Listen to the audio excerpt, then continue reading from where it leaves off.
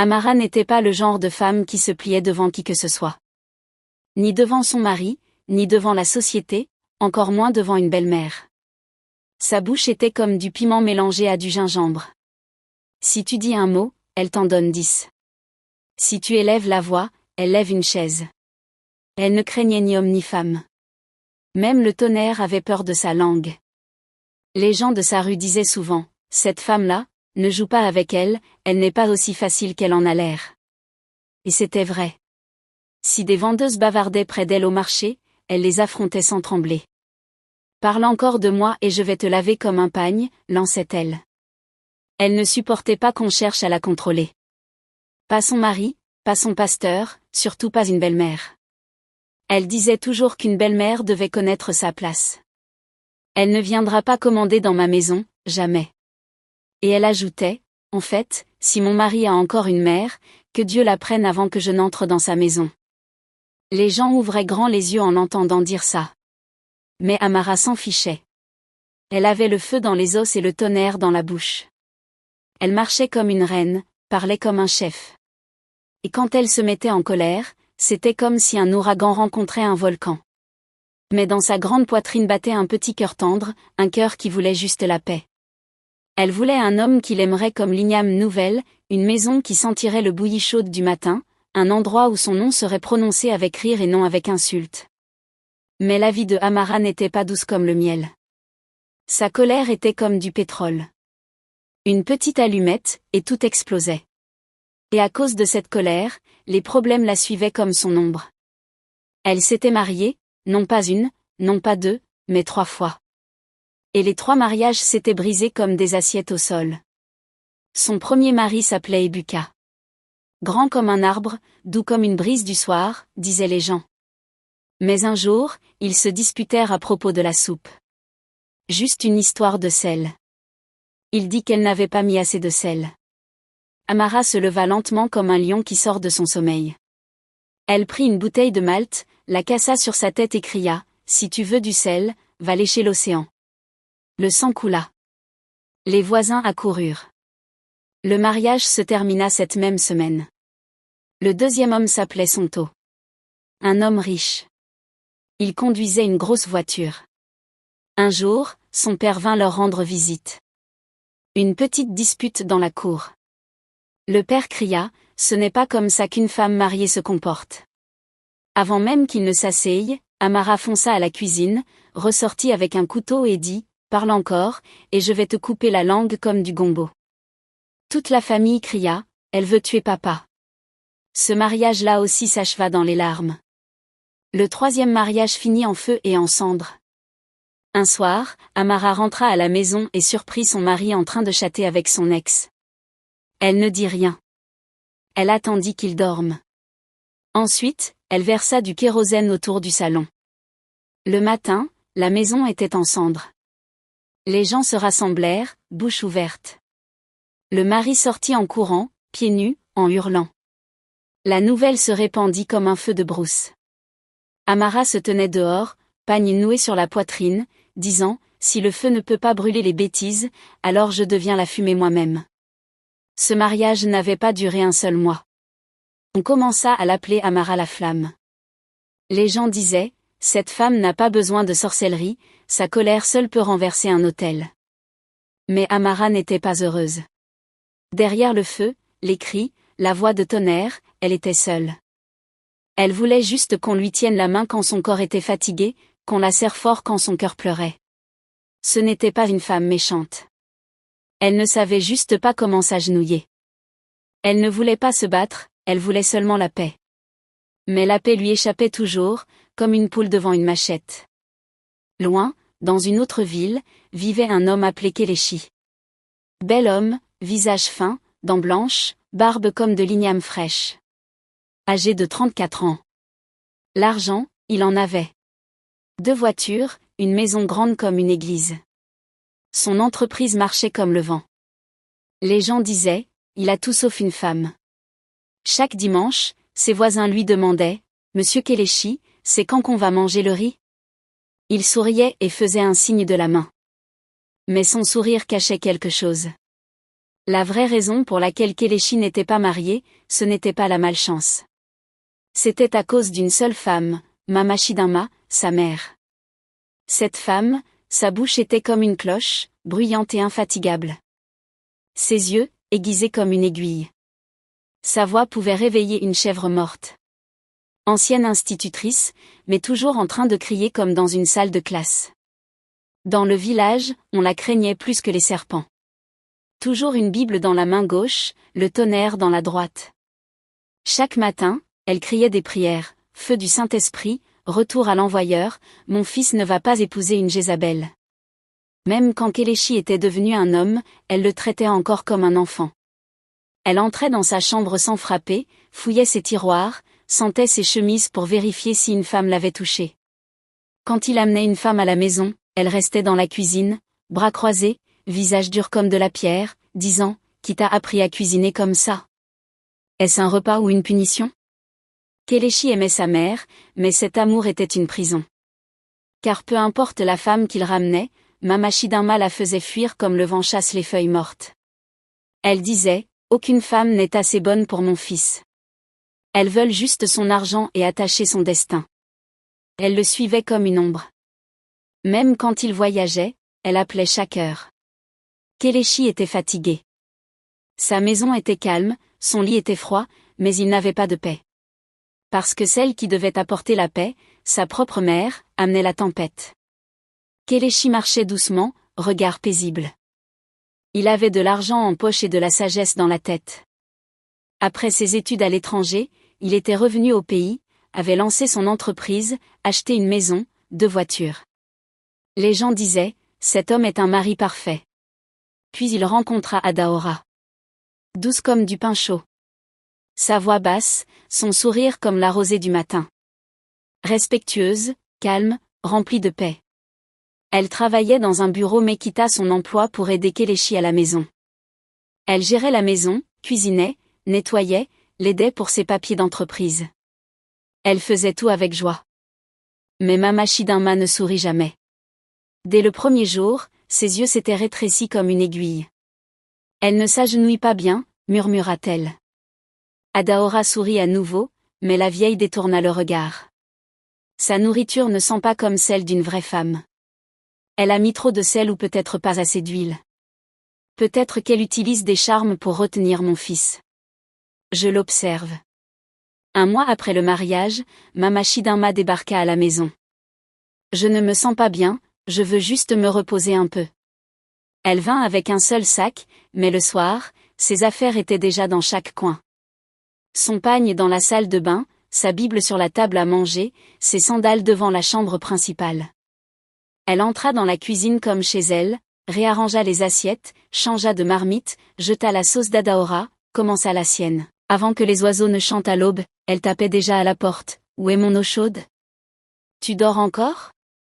Tu ne sais pas que la prière commence à 5 heures ?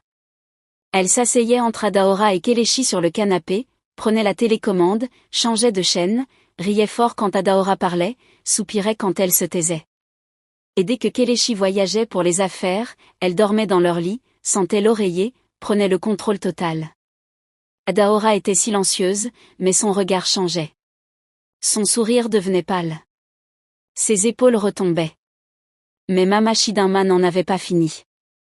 Elle traitait Adaora de paresseuse, de femme sans emploi, disait qu'elle voulait piéger Kéléchi avec une grossesse. Adaora priait, pleurait, cuisinait bien, nettoyait bien, même s'agenouillait bien. Mais rien n'était jamais suffisant. Puis vint le mensonge qui brisa tout. Un dimanche, Adaora et Kéléchi eurent une dispute sur le loyer. Juste une conversation normale entre mari et femme. Mais Mamashidinma écoutait derrière la porte. Avant le coucher du soleil, elle avait déjà appelé tout le village, Adaora a giflé mon fils et insulté notre famille. Elle a dit que nos ancêtres étaient pauvres. Adaora pleura. Son cœur était lourd, son esprit fatigué. Un soir, après 2 heures de cris de Mamashidinma, Adaora fit ses valises. Elle écrivit une petite note et laissa sur la table, « Je suis venue avec de l'amour mais je pars avec des larmes. Que votre maison retrouve la paix. » Puis elle partit, comme le vent qui s'échappe par une fenêtre ouverte. 2 ans passèrent comme l'armatan glisse sur les toits.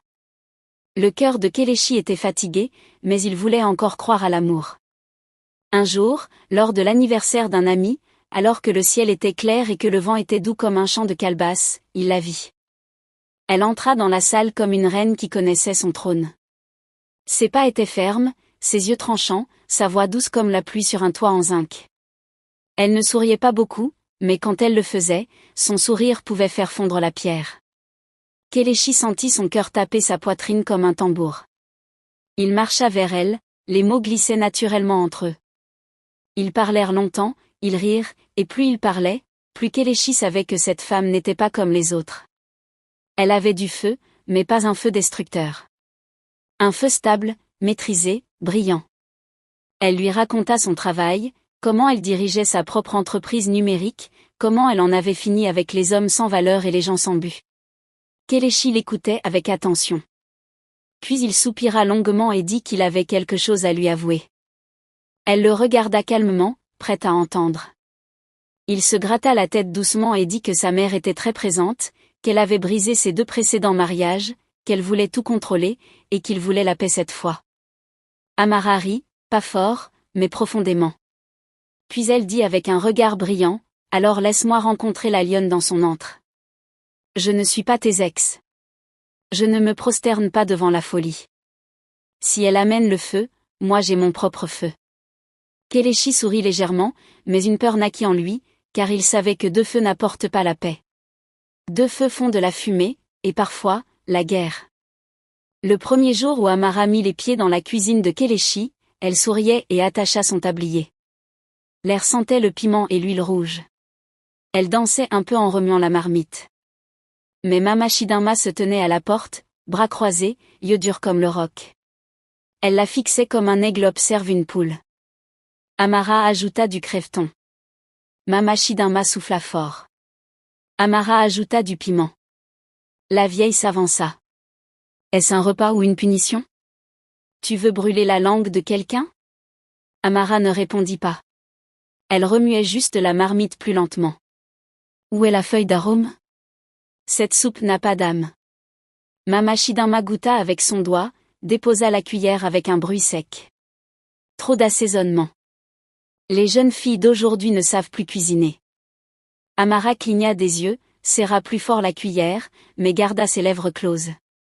Ce soir-là, quand Kéléchi gara sa voiture dans la cour, Mama Shidama se précipita dehors pour l'accueillir avec un large sourire. Elle le serra fort, sa voix douce comme du miel falsifié. Mon fils, mon roi, bienvenue. Alors qu'il entrait, Amara arriva avec un verre de jus frais. Mama Shidama s'interposa et prit le verre. Laisse-moi le servir. C'est moi qui l'ai élevé. Tu viens d'arriver. Amara resta immobile. Elle ne cligna pas des yeux. Elle ne sourit pas. Mais son regard brûlait comme du charbon ardent sous bois sec. Kéléchi regarda sa mère, puis Amara. Il sentit une tension monter. Quelque chose se levait, fort, prêt à éclater. Le matin suivant, après que Mama Shidama eut encore une fois insulté Amara avant même le petit déjeuner, Amara était assise dans le salon, jambes croisées, yeux fixés sur la télévision. Mama Shidama se posta à la porte, bras croisés, prête à se plaindre encore. Tu ne m'as pas salué ce matin, dit-elle d'une voix tranchante comme du verre brisé. Amara tourna lentement la tête. Je vous ai salué, maman. Tu as salué comme si tu me faisais une faveur. C'est ainsi que vous saluez les aînés dans ton village? Amara se leva, s'approcha, sa voix basse mais lourde. Maman, je suis restée calme. J'ai cuisiné. J'ai nettoyé. J'ai supporté vos paroles. Mais laissez-moi vous dire ceci, le respect n'est pas à sens unique. Si vous me poussez, je vais pousser aussi. Mama Shidama halta comme si on lui avait versé de l'eau glacée. Elle recula, cria, Kéléchi, tu entends? Elle veut me battre. Cette fille a le feu dans les yeux. Chasse-la avant qu'elle ne brûle la maison. Kéléchi sortit lentement de la chambre, confus, fatigué. Il regarda sa mère. Il regarda Amara. L'une l'avait élevé. L'autre, il l'aimait.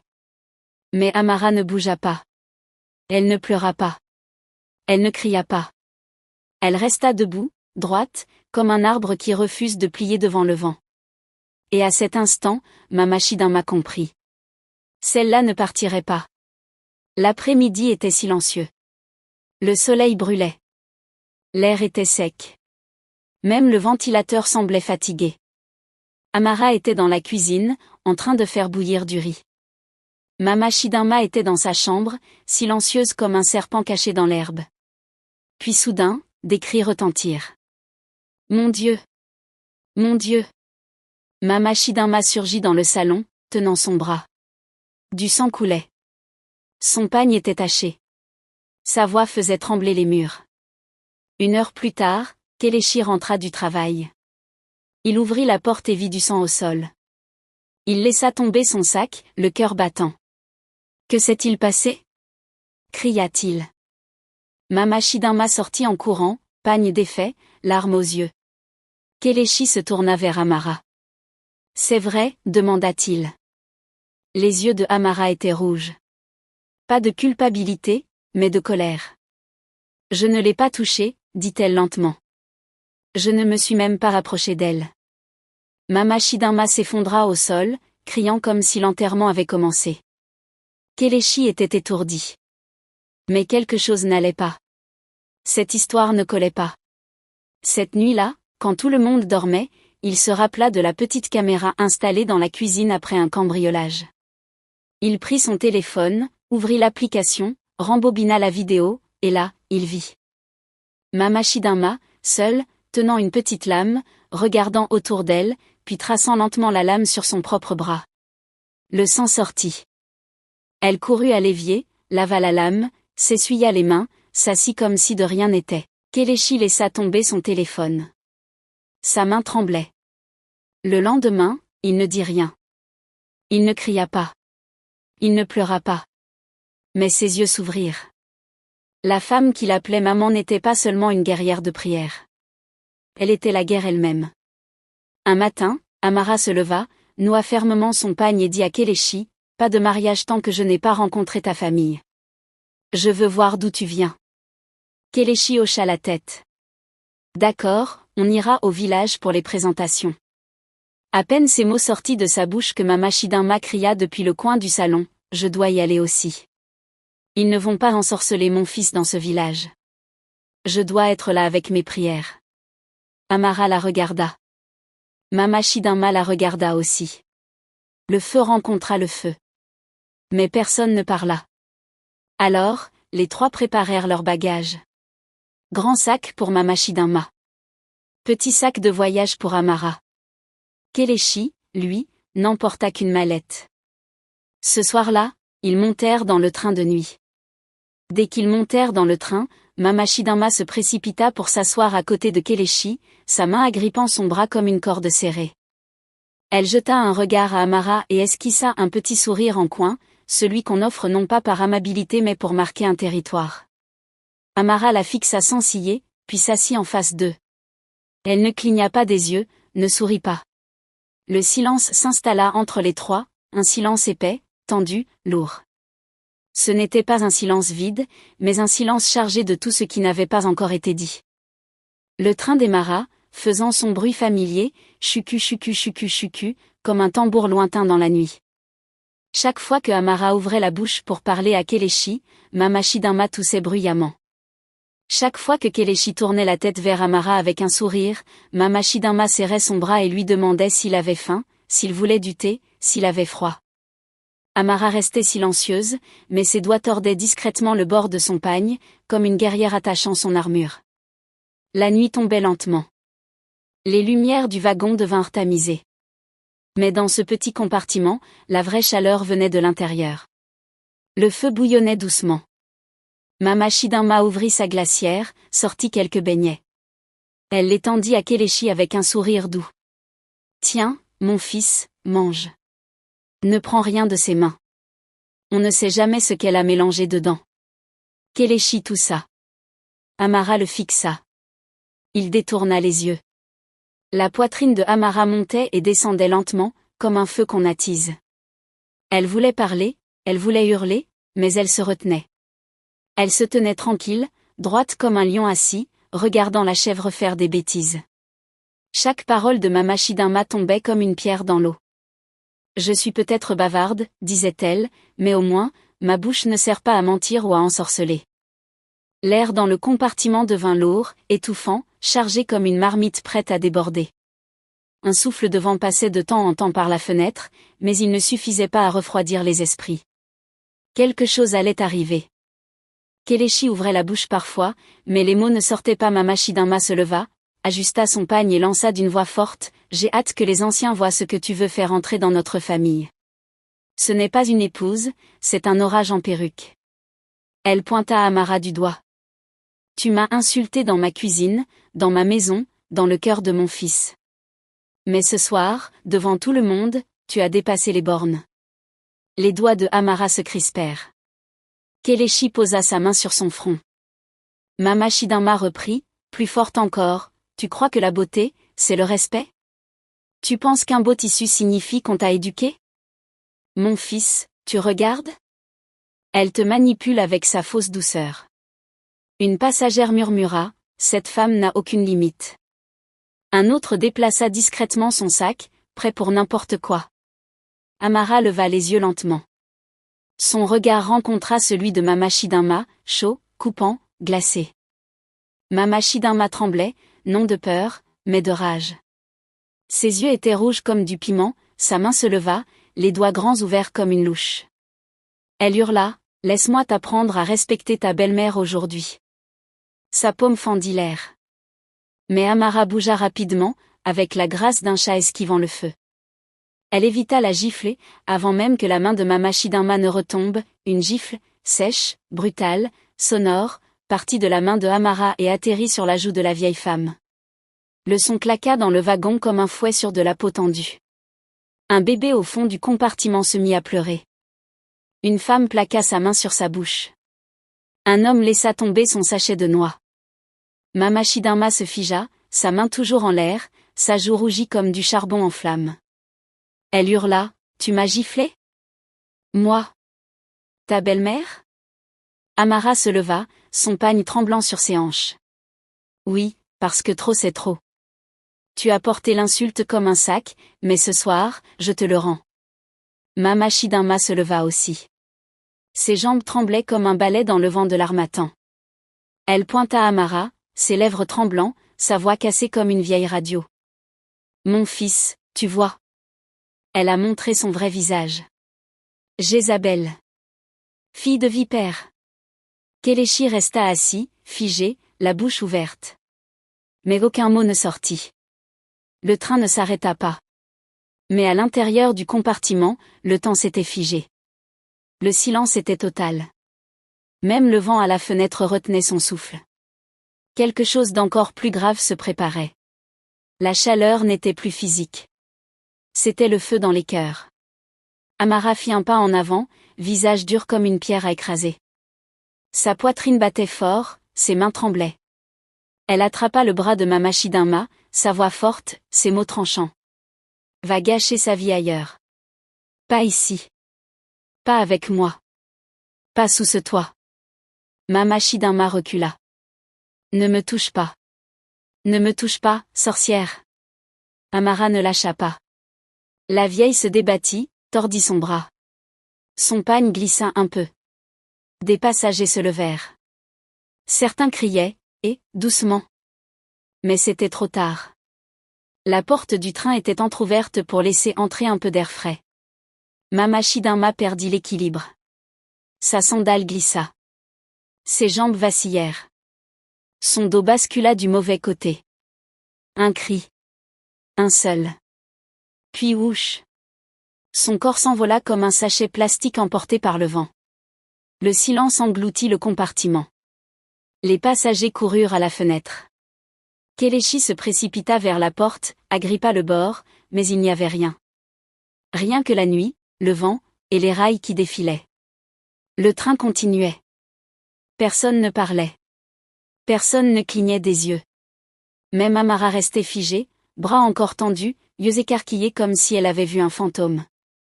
Mama Chidinma était partie. Juste comme ça.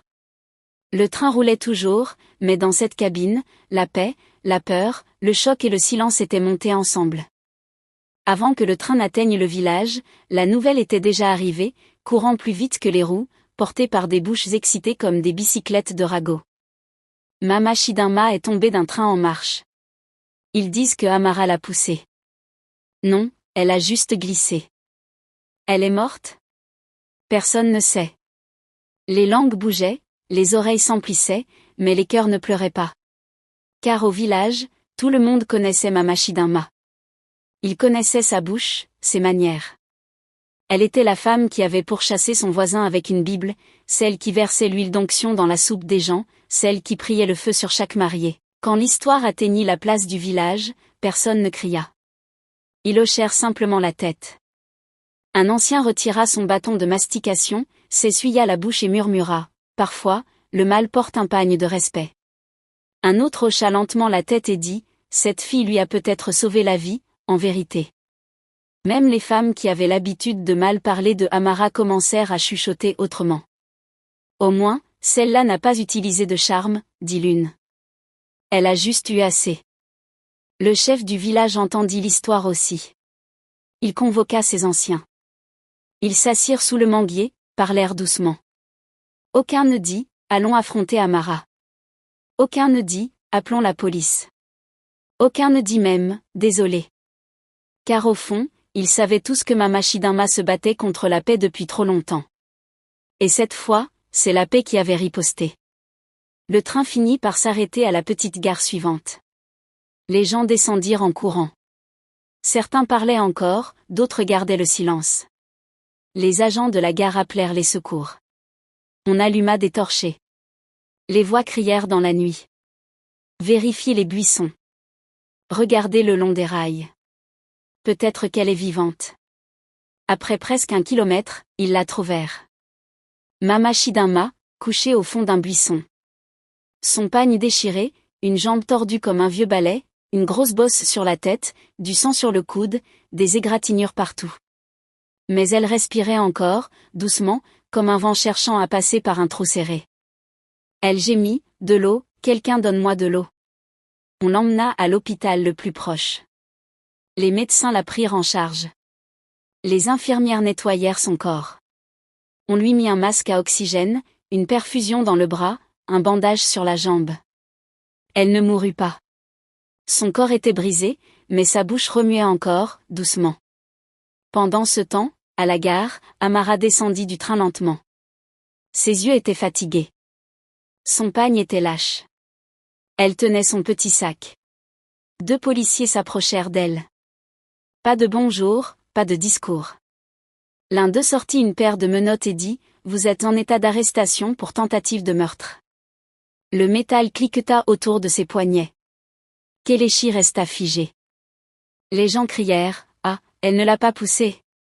C'était un accident. Mais les policiers ne regardaient pas. Ils embarquèrent Amara dans la camionnette comme une voleuse. Ils partirent. Kelechi resta là, poitrine lourde, regard vide. Son monde était désormais comme le corps de Mama Shidama, brisé, saignant, et incertain de sa survie. Mama Shidama était étendue sur le lit d'hôpital, la tête bandée, la jambe attachée avec des linges blancs, une perfusion suspendue à côté d'elle comme une punition silencieuse. Elle semblait affaiblie, mais même dans la douleur, son visage gardait cette fierté rigide, ce même orgueil qui avait repoussé la paix loin de son foyer. Kelechi entra dans la chambre, calme comme quelqu'un qui porte un deuil intérieur. Il tira une chaise, s'assit près d'elle, le regard fixé sur les draps. Sa voix sortit, basse mais tranchante comme une lame de rasoir. « Pourquoi, maman? Pourquoi tu détestes chaque femme que j'aime? Qu'est-ce qu'elles t'ont fait ?» Mama Shidama tourna la tête vers le plafond, évitant son regard. « Je te protégeais, souffla-t-elle. Le visage de Kelechi changea, la colère montait. « Tu me protégeais en détruisant mon bonheur? En brisant mon cœur 3 fois? Tu as fait fuir Adaora. Tu as traité Halima de femme stérile. Et maintenant Amara est en prison à cause de toi. » Elle ouvrit la bouche, mais aucun mot n'en sortit. Kelechi se leva, sa main sur sa poitrine, les yeux brillants. Tu veux vraiment me protéger, maman? Dis-moi toute la vérité aujourd'hui, sinon je quitte cet hôpital et je ne reviens plus jamais. Tu peux mourir ici toute seule, sans adieu, sans larmes. Le silence dans la chambre devint épais, pesant. Même la perfusion cessa de goûter. Après un long moment, Mama Chidinma tourna lentement la tête vers lui, les yeux remplis d'un voile ancien. Ses lèvres tremblèrent, sa voix sortit, douce et cassée. Kéléchi, tu n'es pas mon fils biologique. Il se retourna brusquement, comme frappé par le tonnerre. Qu'est-ce que tu viens de dire? Demanda-t-il, la voix brisée. Elle regardait toujours le plafond. Ton père avait 2 femmes. J'étais la première. Mais je n'ai jamais pu avoir d'enfant. Il a épousé Nkechi, ta vraie mère. Elle est tombée enceinte 1 an après leur mariage. Mais elle est morte en te mettant au monde. Ton père m'a supplié de t'élever comme mon propre fils. Il a dit à tout le monde que c'était moi qui t'avais mis au monde. J'ai accepté. Mais au fond de moi, je n'ai jamais oublié comment Nkechi se moquait de moi.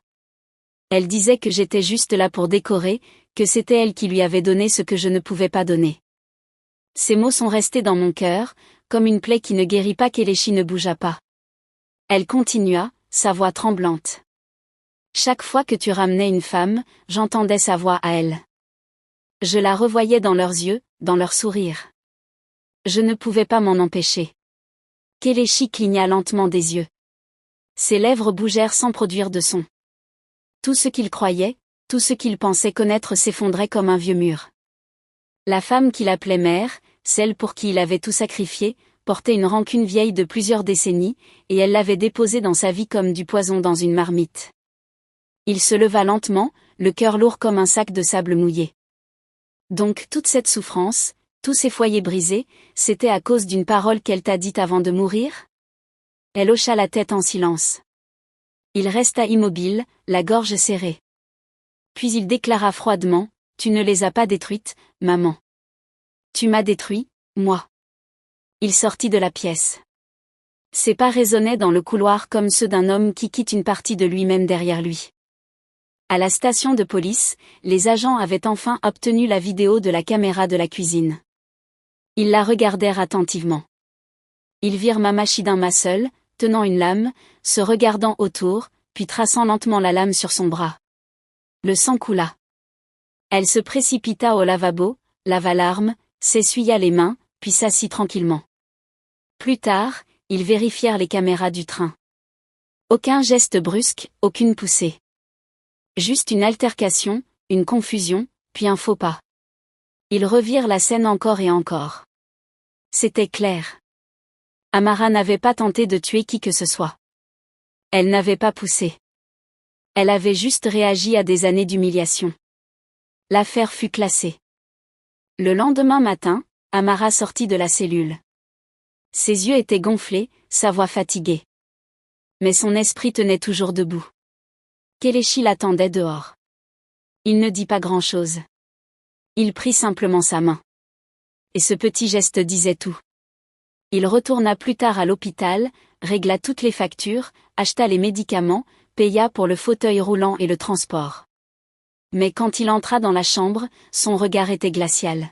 « Maman, tu vas retourner au village, dit-il. » Elle cligna des yeux. « Laisse-moi rester un peu, je vais bien me comporter.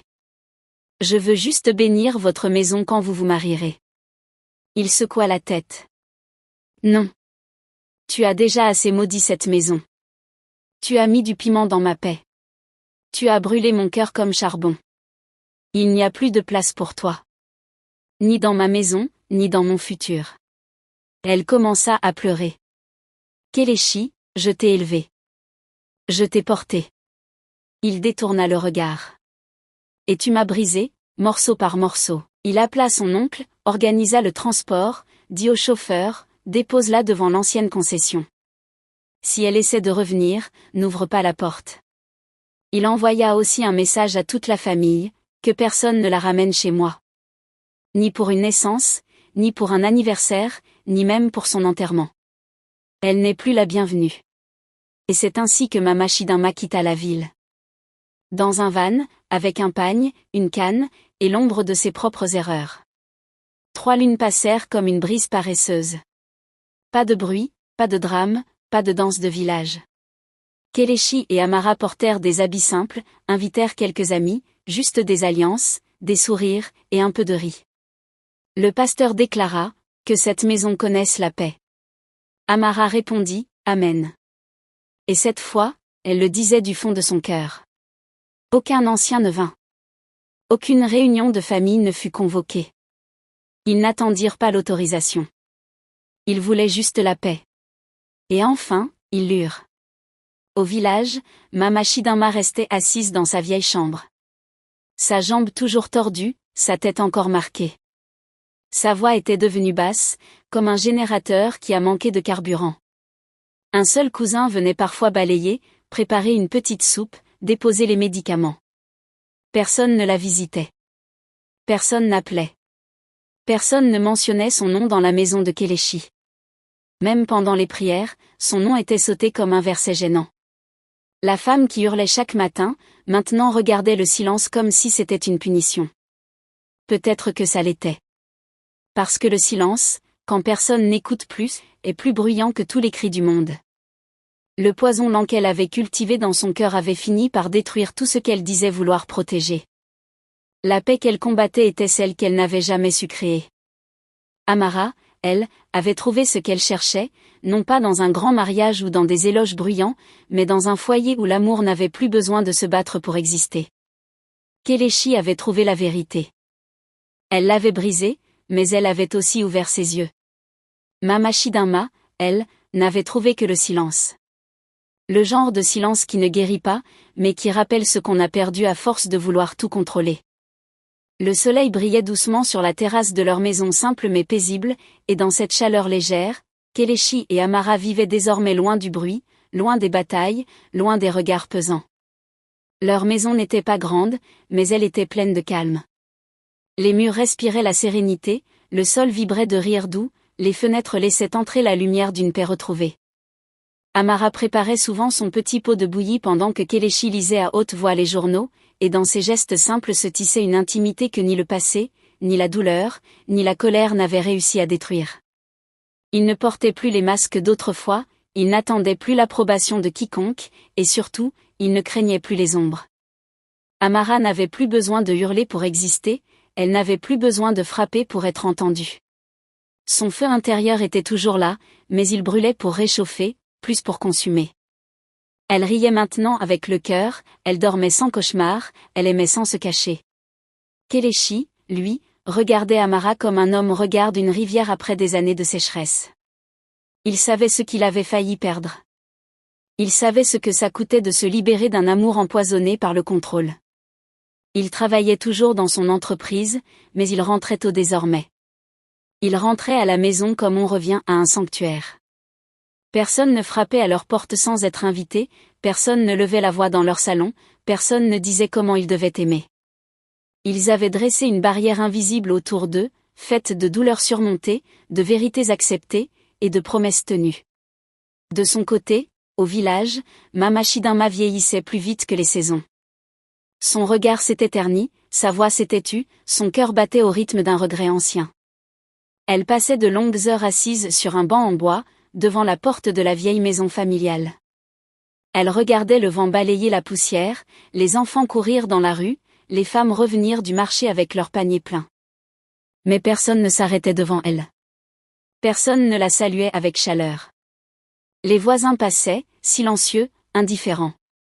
Elle n'était plus celle qu'on craignait. Elle était celle qu'on avait oubliée. Dans sa chambre, les murs craquelés murmuraient les noms de ceux qu'elle avait chassés.